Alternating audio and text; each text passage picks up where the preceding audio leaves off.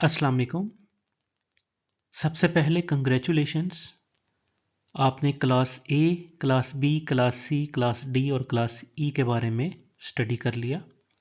हमने यानी कि IPv4 एड्रेसिंग की क्लासेस को डिस्कस कर लिया कि क्लासेस कितनी हैं, कौन कौन सी हैं और वो कैसे बनी है।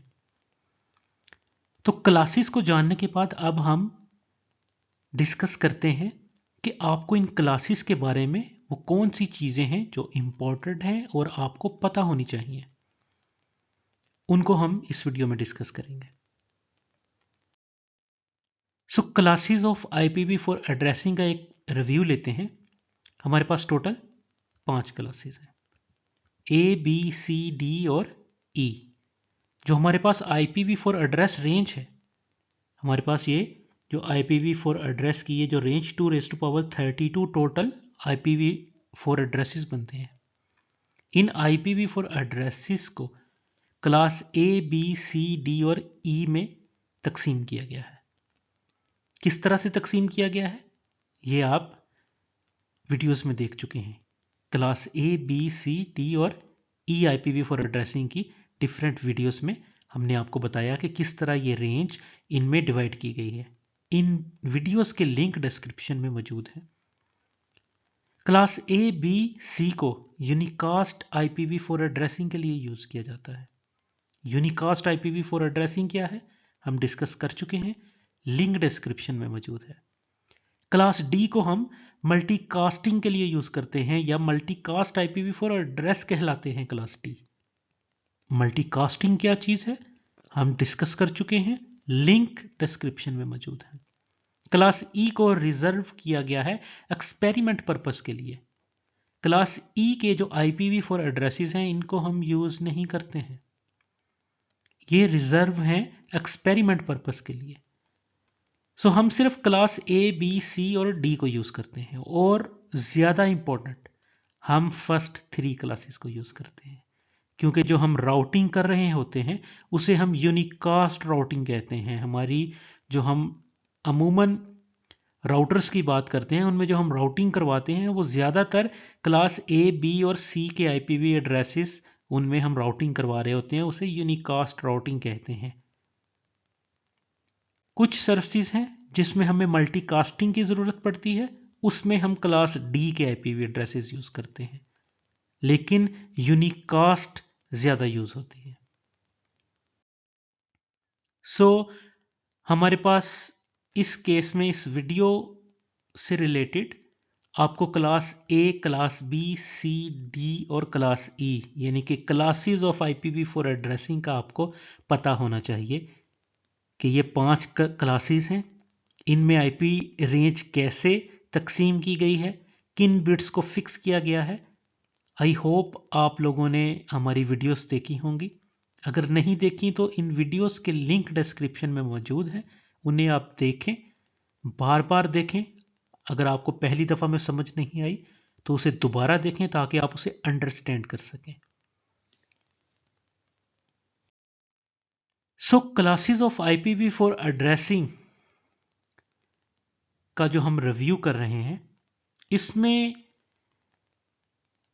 आपको सबसे पहले यह पता होना चाहिए कि हमारे पास 5 क्लासेस हैं, class A, B, C, D और E। देन आपको पता होना चाहिए कि कौन सी क्लास किस चीज के लिए रिजर्व की गई है। For example class A, B और C को यूनिकास्ट के लिए रिजर्व किया गया है।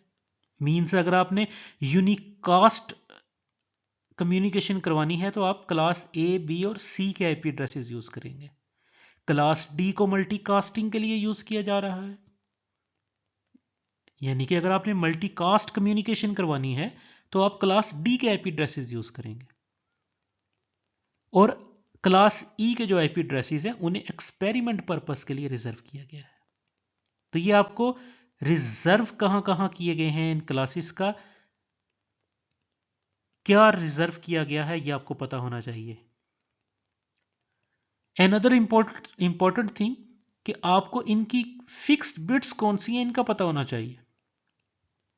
मींस क्लास A में हमने किस बिट को फिक्स किया था, जो हमने क्लास A की क्लास ए IPv4 एड्रेसिंग का जो हमने मेथड देखा था कि उसमें कौन से IPv4 एड्रेसेस को ऐड किया गया है, तो उसके लिए हमने फर्स्ट बिट को, left most significant bit first को फिक्स किया था 0। क्लास बी में हमने 2 बिट्स को 10 फिक्स किया था। क्लास सी में हमने 3 बिट्स को 110 फिक्स किया था। क्लास डी में हमने पहली 4 बिट्स को 1110 फिक्स किया था। और क्लास ई में हमने फर्स्ट 4 बिट्स को 1111 फिक्स किया था। ये आपको याद होनी चाहिए कि कितनी बिट्स और उनकी क्या वैल्यूज फिक्स की गई थी। अब इनकी रेंज आपको ज़बानी याद होनी चाहिए। अगर आपने IPv4 एड्रेसिंग के बारे में आप एक्सपर्ट बनना चाहते हैं, मींस अगर आप नेटवर्किंग में, राउटिंग में आप प्रोफेशनल लेवल पे या एक्सपर्ट लेवल पे जाना चाहते हैं, तो ये आपको फिंगर टिप्स पे ये वैल्यूज, ये रेंज याद होनी चाहिए।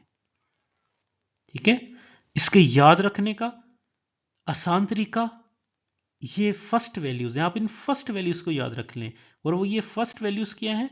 0, 128, 192, 224, 240। अब ये वैल्यूज आपको याद होंगी भी अगर आप न्यू हैं नेटवर्किंग में और ये वैल्यूज आपको याद नहीं है और आपको डिफिकल्ट लग रहा है, तो हम नेक्स्ट कुछ क्लासेस में ऐसे ऐसे मेथड देखेंगे IPv4 एड्रेसिंग और सबनेटिंग में कि ये रेंज आपको याद हो जाएगी। लेकिन उसके लिए आपको स्टडी करना पड़ेगा, आपको चीजों को समझना पड़ेगा। तो IPv4 एड्रेसिंग में इस रेंज का आपको ज़बानी याद होना बहुत जरूरी है। और मैंने आपको आसान तरीका बताया कि आप इन फर्स्ट वैल्यूज को याद रख लें। फॉर एग्जांपल मैं आपको अपना बताता हूं कि मैंने इन फर्स्ट वैल्यूज को याद रखा हुआ है। 0, 128, देन मुझे पता है फिंगर टिप्स पे, देन 192 आएगा। नेक्स्ट मुझे फिंगर टिप पे पता है कि नेक्स्ट 224 आएगा और उसके बाद 240 आएगा। तो जाहिर बात है कि अगर आप क्लास बी के लिए फर्स्ट वैल्यू को 128 कह रहे हैं, तो आपको पता होगा कि इससे ही आपको आइडिया हो जाएगा कि क्लास बी के लिए हमने 128 अगर वैल्यू ली है, तो इसका मतलब है कि क्लास ए का एंडिंग वैल्यू क्या होगी? 127। इसी तरह अगर आपने क्लास डी में 224 कह रहे हैं, तो इसका मतलब है कि क्लास सी की लास्ट वैल्यू 223 थी। तो आप इन फर्स्ट वैल्यूज को याद कर लें। नेक्स्ट आपको IPv4 एड्रेसिंग की क्लासेस के हवाले से क्या पता होना चाहिए कि कौन कौन से IPv4 एड्रेसेस को किस क्लास का पार्ट बनाया गया है। मींस के क्लास ए की स्टार्ट रेंज क्या है, स्टार्टिंग IP एड्रेस क्या है और एंडिंग IP एड्रेस क्या है। इसी तरह क्लास बी, सी, डी और ई की स्टार्टिंग IP एड्रेस क्या है और एंडिंग IP एड्रेस क्या है। और वो याद रखना आपको आसान है। किस तरह? अगर आपको ये रेंज पता है। आप देख रहे होंगे कि रेंज से इसका कॉम्बिनेशन है। फॉर एग्जांपल क्लास बी के लिए 128 से 191 तक वैल्यू है, तो मिनिमम वैल्यू हम हमेशा बाइनरी फॉर्म में 0 की तरफ को मिनिमम कहते हैं, 1 मैक्सिमम की तरफ कहते हैं। तो डेसिमल फॉर्म में ये हमारी 128 से को हम कैसे लिखेंगे? 128.0.0.0 और 191 के केस में 191.255.255.255। क्योंकि एक ऑक्टेट में 8 बिट्स होती हैं, तो हमारे पास मैक्सिमम वैल्यू 256 कम्बिनेशन बनती है। तो 0 से 255, तो हमारे पास मैक्सिमम ऑक्टेट की वैल्यू 255, इससे ज़्यादा हो ही नहीं सकती। तो यूं आपने ये जो टेबल है ये आपको ज़बानी आपके माइंड में छपा होना चाहिए, आपको माइंड में पता होना चाहिए। इसमें कोई चीज़ डिफ़िकल्ट नहीं है, सवाए अगर आप न्यू टू नेटवर्किंग है तो आपके लिए सिर्फ 2 चीज़ें याद रखनी होंगी, बाकी आपके लिए आसान है। नंबर 1, ये फिक्स्ड बिट्स, आपको इनका पता होना ज़रूरी है।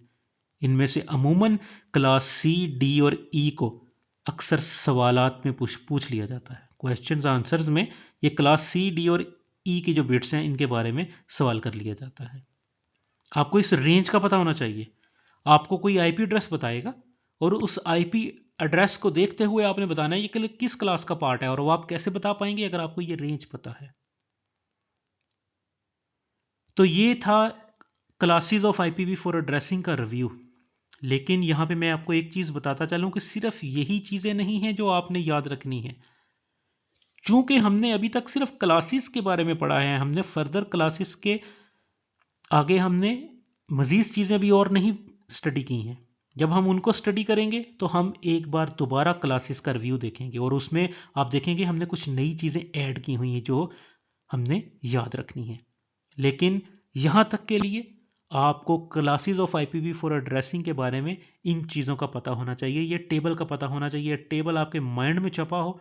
आपको क्लासेस का, उनकी रिजर्वेशन, कि वो यूनिकास्ट है, मल्टीकास्ट है या एक्सपेरिमेंट पर्पस के लिए फिक्स की गई है, आपको उन फिक्स बिट्स का पता होना चाहिए फिंगर टिप्स पे। आपको कोई पूछे क्लास ई की फिक्स बिट्स क्या हैं, आप फिंगर टिप्स पे बताएं 1111। कोई आपसे पूछे क्लास सी की क्या बिट्स फिक्स हैं, आप कहें 3 बिट्स फिक्स हैं 110। इसी तरह इनकी रेंज के बारे में आपको फिंगर टिप्स पे ये याद रख लें।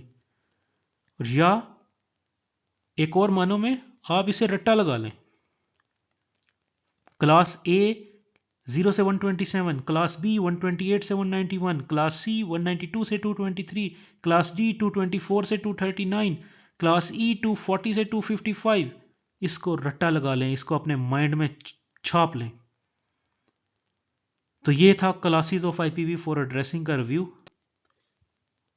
मज़ीद हम इस रिव्यू को हम और आगे लेके चलेंगे जब हम फर्दर IPv4 एड्रेसिंग के बारे में और मज़ीद चीज़ें स्टडी करेंगे और आप देखेंगे कि ये टेबल हमारा बड़ा होता जा रहा है, इसमें और वैल्यूज़ ऐड होती जा रही हैं। अब तक के लिए आपको बस ये fix bits, range, reservation, starting IP और एंडिंग IP का पता होना चाहिए कि क्लासेस के ये क्या चीज़ें हैं इस टेबल का, यानी कि आपको पता होना चाहिए। वीडियो देखने का शुक्रिया। ऐसी मज़ीद वीडियो देखने के लिए चैनल को सब्सक्राइब करें। शुक्रिया।